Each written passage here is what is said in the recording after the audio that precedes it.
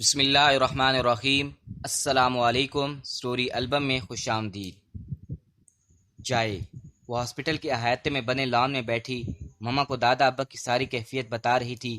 اس سے امید تھی کہ شاید ماما اسے کہہ دیں کہ وہ ان دونوں کو لے کر گھر آ جائے۔ اسی دن کے لیے تمہیں کہتی تھی کہ دونوں کو دارالامان یا اولڈ ہوم میں چھوڑ دو۔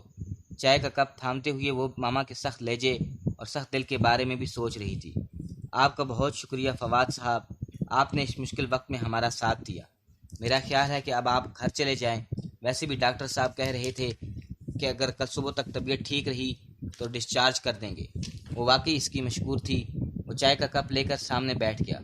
نہیں، مجھے کوئی مسئلہ نہیں ہے۔ آپ کے ساتھ کوئی مرد نہیں ہے تو میرا یہاں ہونا ضروری ہے۔ اگر آپ برا نہ مانیں تو ایک بات پوچھوں؟ اس وقت وہ بہت سنجیدہ تھا۔ جی پوچھیں۔ وہ چائے کا گھونٹ بھرنے لگی۔ آپ کے دادا ابا اور دادی امی کے علاوہ کوئی نظر نہیں آ رہا۔ باقی سب مطلب آپ کے والدین، کوئی بہن بھائی؟ وہ جانتا تھا کہ سوال ذاتی نوعیت کا ہے، لیکن جس طرح یکدم پریشانی دیکھی اس نے اور کوئی ہاسپٹل میں نہیں آیا۔ سب ہیں، ماما، پاپا، چاچی، کزن، لیکن مسئلہ یہ ہے کہ یہ دونوں صرف میرے دادا ابا اور دادی امی ہیں۔ مطلب؟ فواد نے ناسمجھی سے اس کی سمت دیکھا۔ مطلب یہ کہ ان دونوں کا مجھ سے خون کا کوئی رشتہ نہیں، یہ دونوں میرے اڈاپٹڈ دادا دادی ہیں۔ دادی امی میری اصل دادی ماں کی سہیلی تھی۔ ایک حادثے میں ان کا سارا خاندان ختم ہو گیا، کوئی بھی نہ بچا، اور معاشی مسائل بھی بہت تھے۔ میری دادی امی نے انسانیت کا رشتہ نبھایا اور دوستی کا بھی، لیکن میرے گھر والوں کو یہ سب بے وقوفی لگتی ہے۔ دادی اماں کے بعد مجھے ان دونوں کا ساتھ نبھانا تھا۔ دادا ابا کی بیماری بھی مجھے یہ احساس دلاتی تھی کہ ان کا خیال رکھنا میری ذمہ داری ہے۔ بہت کوشش کی کہ گھر والے میری بات سمجھ جائیں، لیکن ایسا نہ ہو سکا۔ میری شادی ہونے والی تھی، سوچا کہ وہ سمجھ جائے گا، لیکن وہ ماما پاپا سے زیادہ بے حس نکلا۔ میں نے اس سے رشتہ ختم کر دیا۔ وہ مختصراً اپنی کہانی سنا کر چائے پینے لگی۔ مجھے بھی بہت حیرت ہوتی ہے جب میں لوگوں کو اتنا سخت دل دیکھتا ہوں۔ اس نے ایک جملہ کہا اور سر جھکا کر چائے پینے لگا۔ مہم نے فی الحال کچھ پوچھنا مناسب نہ سمجھا۔ اس کے ماں باپ، بہن بھائی کے بارے میں۔ سورج طلوع ہونے لگا تھا۔ سرد ہوائیں اور افق کی سفیدی عجیب سی اداسی پھیلا رہی تھی۔ وہ تمہاری فکر کرتے ہیں مہم۔ ان کو لگتا ہے کہ ہماری وجہ سے تمہارا مستقبل داؤ پر لگ رہا ہے، ہماری وجہ سے تم اپنے ساتھ غلط کر رہی ہو۔ دادی امی اس کے پاس بیٹھی تھی اور اسے جو سمجھانا چاہ رہی تھی وہ سمجھنا ہی نہیں چاہ رہی تھی۔ اتنا اعلیٰ ظرف کہیں ملے گا بھی نہیں۔ مجھے دادی اماں، سارے نے، عدنان بھائی نے جہاں بھی بات چلائی وہاں سے وہی رویہ دیکھنے کو ملا جو حماد کا تھا، اور اس احساس کے ساتھ میں نے اپنی خوشیوں کی خاطر آپ لوگوں کو چھوڑ دیا مجھے سکون دے گا اور نہ ہی میرے دل سے خوش رہ سکوں گی۔ وہ کھڑکی کے پاس کھڑی ہو گئی۔ دور دور تک نظر آتا سبزہ اور بلند اور خوشنما پہاڑ آسمان پر چھائے بادلوں کے سائے میں بہت سے عجیب رنگ پیش کر رہے تھے۔ سڑک پر اکا دکا لوگ نظر آ رہے تھے۔ موسم کی یا پھر دل میں بسی اداسی تھی، وہ سمجھ نہ سکی۔ بس خاموش کھڑی باہر کے منظر کو دیکھتی رہی۔ اس رات جو کچھ ہوا، میں آپ دونوں کے لیے کوئی خطرہ مول نہیں لے سکتی۔ آپ دادا ابا سے کہہ دیں اگر وہ مجھے خوش دیکھنا چاہتے ہیں تو فی الحال اس موضوع کو چھوڑ دیں، سب کچھ وقت کے حوالے کر دیں۔ وہ خاموش تھی اور اسی خاموشی میں بس یہ آخری بات کی۔ سامنے نظر آتی چوٹی بادلوں کے حصار میں تھی۔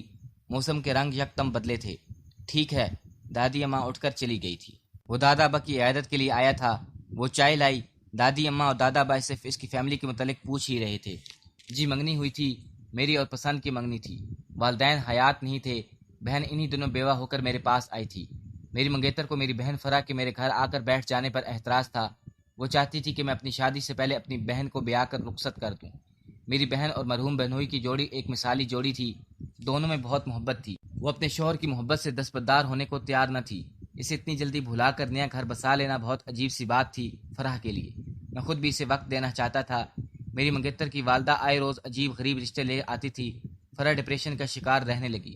میری جاب بھی ختم ہو گئی۔ میں نے اپنا بزنس کرنے کا ارادہ کیا تو فرح نے بتایا کہ یہاں اس علاقے میں میرے محروم بہنوئی کی کوئی جگہ تھی جہاں کاروبار کے گھر سے کارخانہ لگایا جا سکتا ہے۔ ہم دونوں بہن بھائی نے اللہ کا نام لے کر اپنا آبائی مکان بیچا اور یہاں کارخانہ لگایا اور یہ مکان کرائے پر لے لیا۔ یہ سب کچھ میری منگیتر کے لیے قابل قبول نہیں تھا۔ وہ مجھے اذیت دے رہی تھی۔ پھر میں نے منگنی ختم کر دی۔ ان دنوں فرح کی ساس بہت بیمار تھی تو انہوں نے فرح کو اپنے پاس بلا لیا۔ فرح کے علاوہ بھی ان کی ایک اور بہو ہے، لیکن وہ بھی بیمار ہیں۔ کچھ دن پہلے ہی ان کے ہاں بیٹے کی ولادت ہوئی تو وہ مجھے یہاں شفٹ کروا کے سسرال گئی ہوئی۔ جیسے ہی آنٹی اور بھابھی کی طبیعت سنبھل جائے گی اور بچے نہیں ہیں کیا فرح کے؟ دادی اماں کے سوال پر کافی دیر بعد اس کے چہرے پر مسکراہٹ بکھری۔ جی ایک بیٹا ہے 2 سال کا۔ چائے۔ مہم نے چائے کا کپ اس کے آگے رکھا۔ چائے کی خوشبو کمرے میں پھیل گئی۔ اور کام کیسا چل رہا ہے بیٹا؟ کام بہت اچھا جا رہا ہے دادا ابا، اللہ پاک نے بہت برکت دی ہے۔ جگہ فرا کی تھی، اوپر جو عمارت بنی ہم دونوں بہن بھائیوں کی وراثت کے پیسے سے بن گئی۔ رہائش کا مسئلہ بھی فی الحال تو حل ہو ہی گیا، بس اب سکون ہے۔ اللہ تمہیں خوش رکھے بیٹا، اللہ تمہیں کوئی قدردان بیوی دے۔ دادی سے دعائیں دینے لگی، وہ کمرے سے نکل گئی۔ دنیا میں بے حسی بہت بڑھ چکی ہے، شاید یا پھر حساس دل والے لوگ کچھ زیادہ ہی توقعات وابستہ کر لیتے ہیں۔ وہ برآمدے کی سیڑھیوں پر بیٹھ کر چائے پینے کے ساتھ سوچ رہی تھی۔ زندگی پھر ایک ڈگر پر چل پڑی تھی۔ گھر سے روزانہ مما کی کال آ جاتی۔ دادا ابا دادی امی نے اسے شادی سے متعلق بات کرنا چھوڑ دی۔ اسکول نے اسے ہیڈ آف کوآرڈینیٹر کا عہدہ دے دیا، تنخواہ بھی بڑھ گئی۔ فواد کی بہن فرا واپس آ گئی، بہت ہنس مکھ لڑکی تھی، اتنے بڑے غم کے بعد بھی سب سے مسکرا کر ملتی۔ سارا اور عدنان کے ہاں چھوٹی سی گڑیا آ گئی تو سارا نے ملازمت چھوڑ دی۔ بظاہر سب کچھ ٹھیک تھا، لیکن زندگی میں خالی پن سا تھا، کچھ ادھورا سا پن۔ مارکیٹ سے شاپنگ کر کے نکلی تو قریبی بوتیک میں چلی گئی۔ 2 ماہ سے کوئی نیا جوڑا نہیں بنایا تھا۔ اسکول کی نوکری کا تقاضا تھا کہ خود پر توجہ دی جائے۔ 1-2 ریڈی میڈ جوڑے پسند کرنے کے بعد اب وہ ان سیل کپڑے دیکھ رہی تھی، جب اس کی نظر فواد اور فرح پر پڑی، ساتھ ہی فرح کا بیٹا بھی تھا۔ دونوں شاپنگ کر رہے تھے۔ اس نے یوں ہی انہیں متوجہ کرنا مناسب نہ سمجھا۔ ارے مہم آپ یہاں؟ شاید فواد کی نظر اس پر پڑی تھی۔ وہ دونوں بہن بھائی اس کے قریب آ گئے۔ سلام دعا کے بعد وہ فرح اور اس کے بیٹے عادی کے بارے میں پوچھنے لگی۔ آپ کے اسکول میں ہی داخل کراؤں گی، اس علاقے میں بس آپ کا اسکول ہی اچھا ہے۔ وہ ہنس دی، بچہ بہت پیارا تھا، یہ خود بھی بہت اچھی ہیں۔ فواد کے یوں اچانک کہنے پر وہ حیران ہوئی۔ اس کی نظروں میں کچھ تو تھا، وہ اس کا احترام کرتا تھا، لیکن کچھ ایسا جو نیا تھا۔ اس نے گھبرا کر نظریں چکا لی۔ بہت اچھی پسند ہے آپ کی۔ فرح کا اشارہ اس کے کپڑوں کی طرف تھا۔ مجبوری ہے اور ملازمت کا تقاضا بھی کہ اپ ٹو ڈیٹ رہنا پڑتا ہے۔ وہ مسکرا دی۔ فواد کی نظریں اور اس کا جملہ دل کی دھڑکنوں کو بے ترتیب کر گیا۔ کسی دن آئیے نا گھر عادی کو لے کر، وہ عادی کے رخسار پر چٹکی کاٹتے ہوئے بولی۔ فرح نے اسباہت میں سر ہلایا۔ ضرور، ٹھیک ہے، میں انتظار کروں گی۔ وہ انہیں اللہ حافظ کہہ کر کاؤنٹر کی طرف بڑھ گئی۔ یوں لگ رہا تھا جیسے وہ اس کے پیچھے آ رہا ہو۔ سنیے ماہم، وہ بھاگتے ہوئے آیا۔ جی۔ وہ بوتیک کی سیڑھیاں اتر رہی تھی، مڑ کر دیکھا۔ اکیلی کہاں جائیں گی؟ ہمارے ساتھ ہی چلیے گا، ہم بس اب گھر ہی جائیں گے۔ نہیں بہت شکریہ، میں واک کرتی ہوئی چلی جاؤں گی، مجھے عادت ہے۔ وہ اس کا شکریہ ادا کرتی آگے بڑھ گئی۔ یہ نیا احساس اس وقت کہاں تھا جب حماد سے منگنی ہوئی تھی۔ دل کی ویرانی میں کونپلیں کیوں پھوٹنے لگی تھی۔ وہ اپنے دل سے نظریں چراتی تیز سے قدم اٹھانے لگی۔ عدالت کی طرف سے دادا ابا کے نام نوٹس آیا تھا۔ اس نوٹس کے مطابق وہ اس کے اصل دادا دادی کی جائیداد پر ناجائز قبضہ کر کے بیٹھے تھے۔ اس کے دادا ابا دادی امی کے پاس کوئی قانونی اور لیگل ڈاکومنٹس نہیں تھے، اس سے ان کی اچھی خاصی پریشانی بن گئی۔ وہ جانتی تھی کہ بابا اور ماما ایسا کیوں کر رہے ہیں، وجہ صرف اس پریشان کرنا اور واپس بلانا تھا، تاکہ وہ دادا ابا اور دادی امی کو ان کے حال پر چھوڑ کر اپنی زندگی میں مگن ہو جائے۔ وہ عدالت کے نوٹس کو ہر حال میں دادا ابا سے چھپانا چاہتی تھی۔ اگلی صبح اسکول جانے سے پہلے وہ فواد کے گھر کے باہر کھڑی بیل بجا رہی تھی۔ فرح نے بڑی گرم جوشی سے استقبال کیا۔ اس کے چہرے کی اٹھتی رنگت کو دیکھ کر وہ اتنا تو سمجھ گئی کہ کوئی مسئلہ ہے۔ فواد بھی آ گیا۔ اب وہ ان کے لاؤنج میں بیٹھی فواد کو نوٹس دکھا رہی تھی۔ وکیل سے بات کرنی پڑے گی، دادا ابا خود عدالت میں پیش نہیں ہو سکتے تو ایک معقول عذر پیش کر کے وکالت نامے پر دستخط کروانے پڑیں گے۔ یہ سب ان سے چھپایا تو ہرگز نہیں جا سکتا۔ وہ سنجیدگی سے سمجھانے لگا۔ ایک حل ہے میرے پاس، وہ بہت سوچ کر بولی۔ وہ کیا؟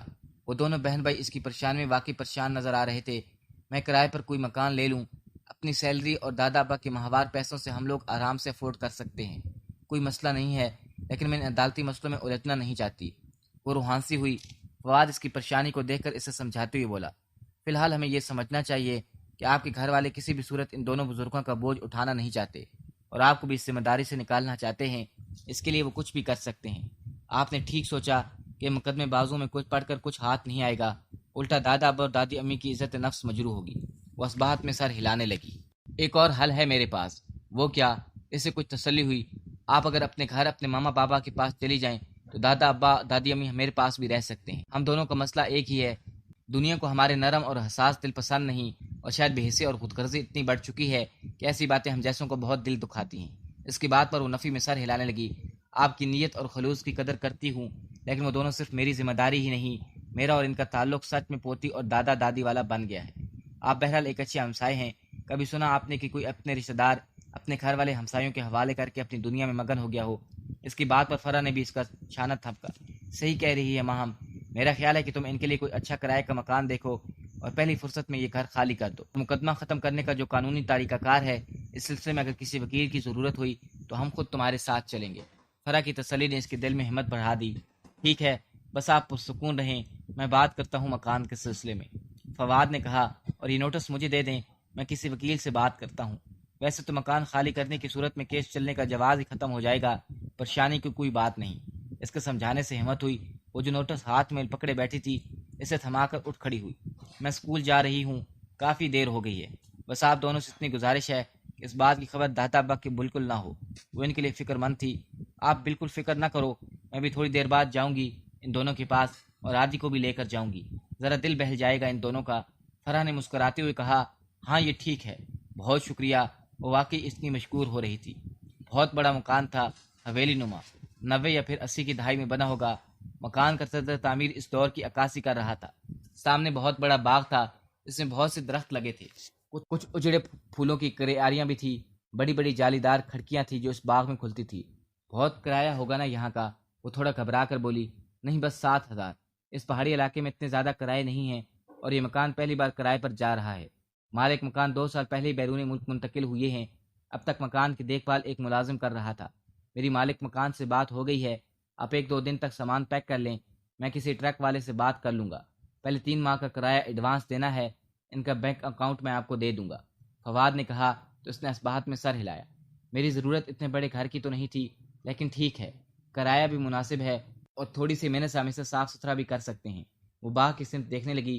بائیں جانب فائبر کا بہت بڑا شیڈ بنا ہوا تھا، جس کے نیچے آسانی سے 2 گاڑی کھڑیاں کی جا سکتی تھی۔ اصل میں یہ ان کا مکان جن کا تھا، ان کا ایک ہی بیٹا ہے۔ بہو کے ہاں بیٹی کی ولادت ہوئی تو ماں اور بچی دونوں کا انتقال ہو گیا۔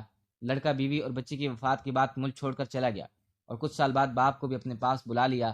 اس مکان میں کوئی عورت تو تھی نہیں، اسی نے شاید ضرورت بھی نہ ہوئی ہو، لیکن مجھے فون پر وہ لڑکا بتا رہا تھا اس کے والد اس پراپرٹی کے اکیلے حصے دار نہیں تھے، ان کی کوئی پھپھو تھی، یعنی اس لڑکے کے دادا کی بہن جو وراثت کی جائیداد میں حصہ دار تھی۔ ان لوگوں نے جب سے انہیں بے دخل کیا ہے، کوئی خوشی انہیں راس ہی نہیں آتی۔ فواد بتا رہا تھا اور وہ پوری توجہ سے سن رہی تھی۔ یہ بھی تو بے حسی کا نتیجہ ہے۔ وہ تنتیا مسکرائی۔ جی ایسا ہی ہے۔ اس میں اسباہت میں سر ہلایا۔ دادا ابا اور دادی امی کو منانا اس کے لیے مشکل کام تھا، کیونکہ وہ نہیں چاہتی تھی کہ بات کھل جائے۔ اسی مناسب الفاظ کا سہارا لے کر اس نے ان کو منا لیا تھا۔